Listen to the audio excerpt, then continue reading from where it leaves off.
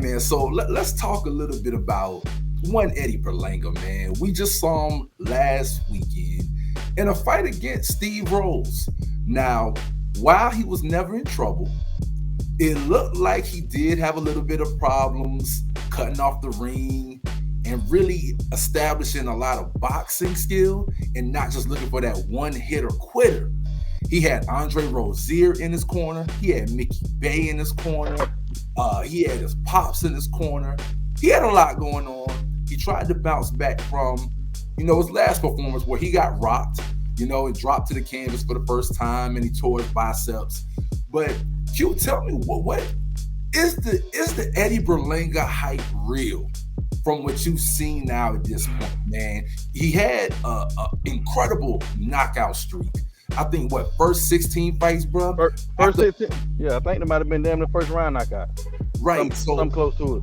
Yeah, so tell me, bro, is the hype real or is it all overblown from what we've seen with these last three unanimous decisions that he's gotten, where we haven't seen that same Berlanga as earlier in his career? Man, Berlanga, he had real power, man, but he done been exposed, bro. And honestly, the worst thing about the whole fight to me, he didn't have answers. He didn't have answers for Rose moving, sticking and moving, which is what boxing is, not me just follow you around like Frankenstein and make you look good. The post-fight press conference where he spoke and he just called him a runner and said basically everybody's gonna run from now on. He just ran, and I'm like, man, he boxed you, bro.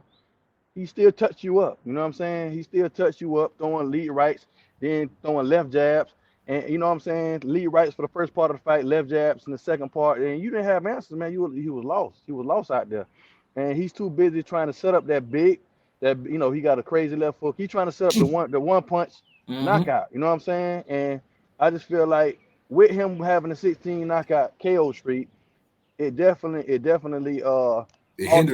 hindered his growth. And I just feel like he just really need to not make excuses, and he need to just lock down, man. And I don't even know if him having three trainers really benefit him. You know what I'm saying? He say everybody in unison saying the same thing, but that doesn't mean you don't need three. Right. If you're not getting nothing different from him, why even have three? You know what I'm saying? So I just think he got to regroup and just take a look from within first, man. And yeah, basically everybody ready to fight him right now, man. Yeah. Everybody's ready to fight him, and I see why. If you could just take away his power, you got to learn how to hide that power and set it up.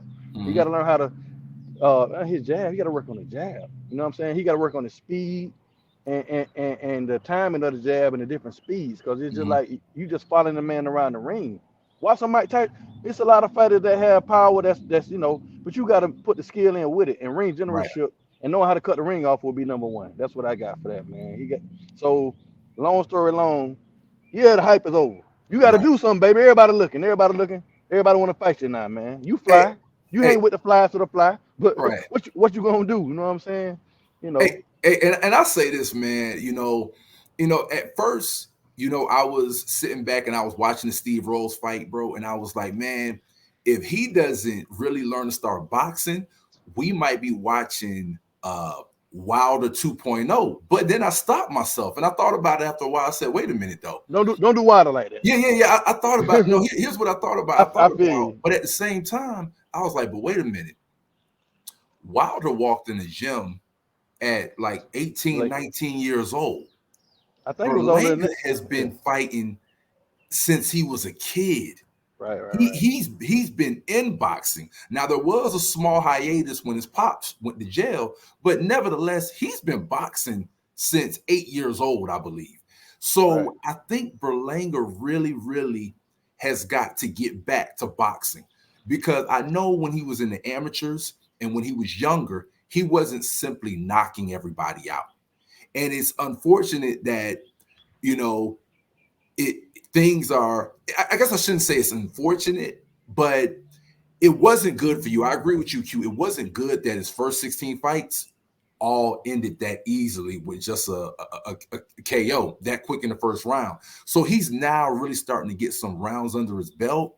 Man, I ain't gonna lie, man, he got a lot of work to do. Like you said, everybody gonna be calling him out. He look mad suspect now in boxing. He looks like he's all hype, but he's gonna have to really get back to boxing. The last thing I'll say, is that I think you gotta get rid of somebody out of the corner.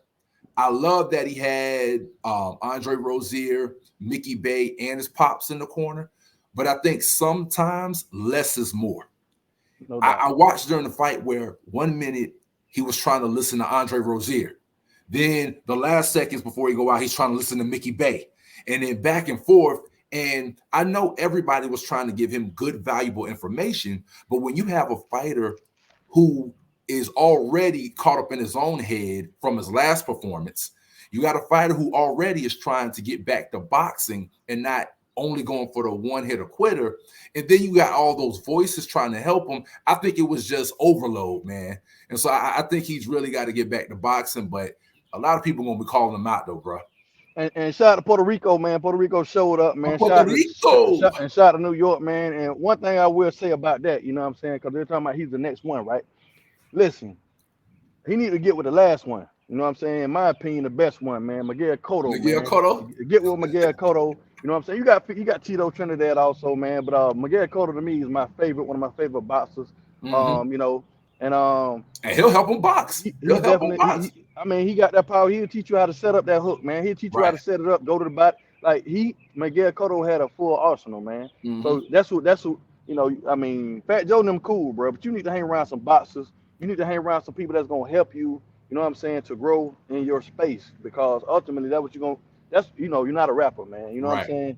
And you know, it's cool. It's cool for the branding and all, but as far as your brand is boxing, and all of that need to be you know.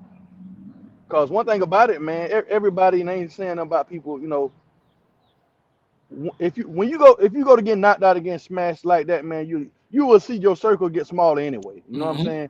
So hone in on your craft, man, and just build that way, man. Build from inside. You know, he definitely has the power, and he has the swag and everything. You know, we were very high on him, and we ain't gave up on him. You know what I'm saying? I still feel like, but the post-fight press conference just killed me, man. Seriously, he didn't take any accountability. You know what I'm saying? He didn't take any accountability, in my opinion. But you know, salute to Berlanga, man, and you know, we want to see you keep moving forward, man. You know, you still undefeated, but you're gonna have to really do something to keep that as the competition gets stiffer. You know, as you get the bigger fights. Hey, yeah, it's gonna get stiffer, man. But shout out to Berlanga, man. He's still young. Hopefully, he gets his fighting skill, you know, back to where he really wants it to be. But let's get into